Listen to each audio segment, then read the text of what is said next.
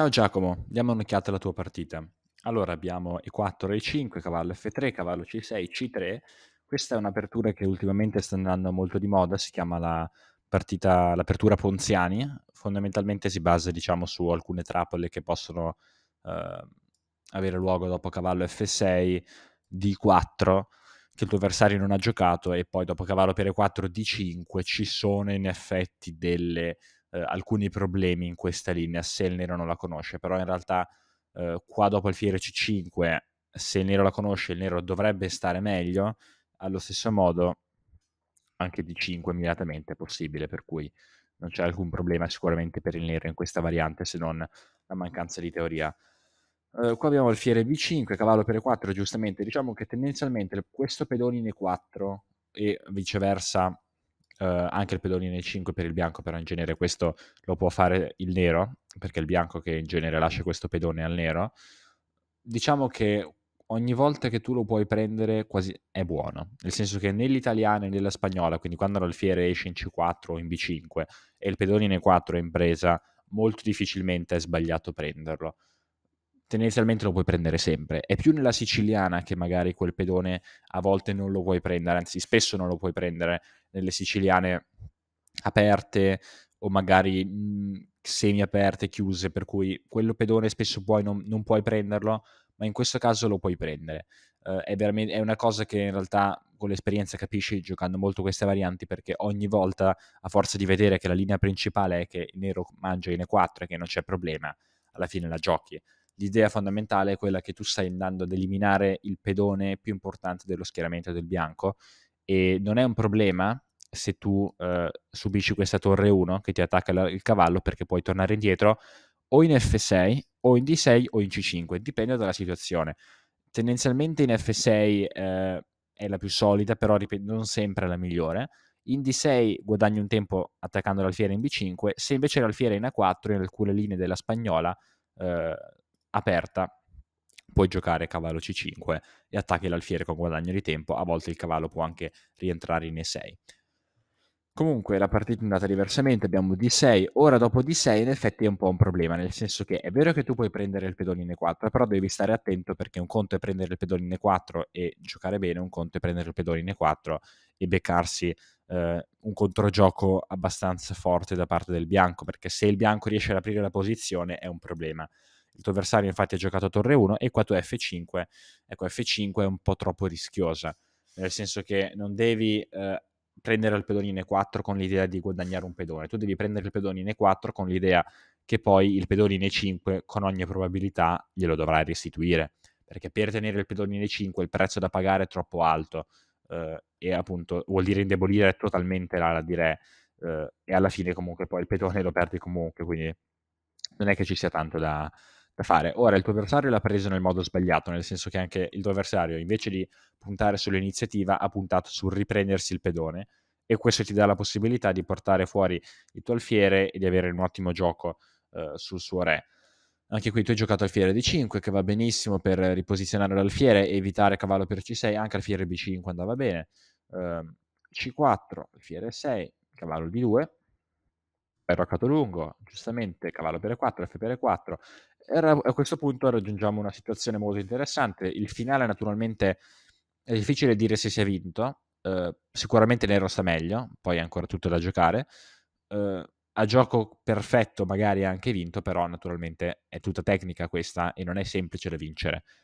Però sicuramente è un ottimo finale per vedere come lo gestisci.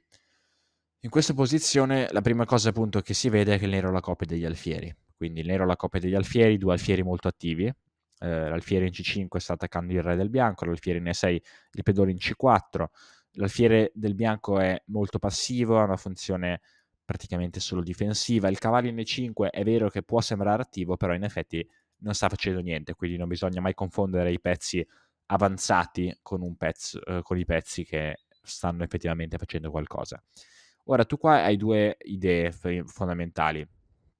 O giochi E3 e cerchi di aprire la diagonale per il tuo alfiere, oppure giochi G5, H5, H4. Tu sei entrato in seconda, che è un'ottima mossa, però il fatto di entrare in seconda di per sé non è un piano, nel senso che è una mossa, ma una mossa non è un piano. Un piano è un insieme di mosse accomunate da un obiettivo, ma di per sé non è una mossa a fare un intero piano, non è una mossa che ti permette di vincere, è un'idea che ti permette di vincere. L'idea fondamentale qua è di giocare G5, H5, H4, perché questo ti permette di attaccare il suo alfiere. Come ti viene in mente di giocare un'idea del genere? Sei alla ricerca di una scacchiera in legno professionale? Vienici a trovare su mattoscacco.com, scoprirai le nostre scacchiere artigianali da torneo. Analizzando la situazione, vedendo qual è il mio punto di forza, l'alfiere che gli sta paralizzando completamente, per esempio l'alfiere in G3 a difendere F2, come posso levare l'alfiere da G3 giocando G5, H5, H4, perché lui non ha il tempo di giocare H3 e di ritirare l'alfiere in H2 perché perderebbe il pedone in F2. Quindi in questo senso giocare torre D2 fa parte del piano, ma torre D2 non è il piano è spingere i pedoni. La torre in seconda è un aiuto al piano per aumentare la pressione. Tu hai giocato alfiere D4, quello che mi sembra che tu hai fatto giocando torre D2 alfiere D4 è giocare una serie di mosse fini a se stesse, cioè non mosse che rientrano in un piano, ma mosse tanto per minacciare qualcosa, tanto per cambiare i pezzi, per esempio alfiere per 5. Questa è una cosa molto comune, però hai visto anche te come in 4-5 mosse hai esaurito tutto il tuo vantaggio. Per quale motivo? Ripeto, perché tu hai fatto mosse fini a se stesse che non rientravano in un piano. Quindi tu qua dovevi analizzare la situazione, fermarti un attimo, trovare un piano, secondo me il piano migliore in questa posizione, il più pratico, potrebbe non essere il migliore secondo il motore, ma quello non ci interessa, è quello di giocare G5, H5, H4, ci può stare di inserire torre D2 prima, in modo tale da aumentare preventivamente la pressione su F2, però poi devi partire con i pedoni. Bisogna giocare anche con i pedoni, non soltanto con i pezzi. Purtroppo il gioco di pezzi da solo, così come il gioco di pedoni da solo, si intende, non è sufficiente. Inoltre poi se tu vai a dare la coppia degli alfieri, tra l'altro entrando in un finale con alfieri di colori contrari da vincere diventa praticamente impossibile, cioè devi proprio sperare in un errore catastrofico del tuo avversario. Anche qua hai anche addirittura rischiato di perdere la posizione, innanzitutto perché hai perso un pedone, però vabbè, un pedone in un finale di alfieri di colore contrario non è la fine del mondo. Però tu qua hai giocato C5. Se tu metti i pedoni sul nero, il problema è che il suo alfiere te li potrà attaccare. E in questo caso addirittura la sua torre, perché ti sta facendo un attacco doppio su alfiere e pedone. Ed è vero che i finali di alfieri di colore contrario sono quasi sempre pari, però non sono sempre pari. Perché è vero che sono quasi sempre pari, però con due pedoni in più in effetti diventa difficile anche poi da sostenere, quindi non ne vale la pena di entrare in un finale del genere.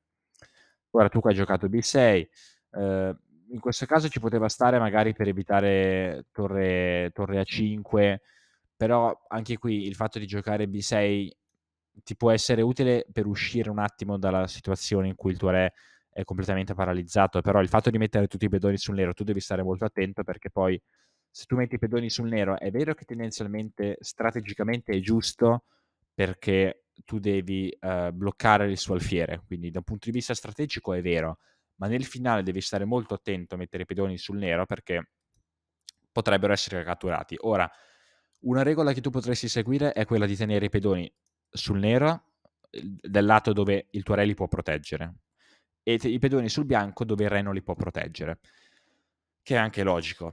Però io ti direi comunque di stare attento, nel senso che il modo migliore per pattare i finali di alfieri di colore contrario è quello di mettere i pedoni su case dove non possono essere assolutamente attaccati dall'alfiere avversario.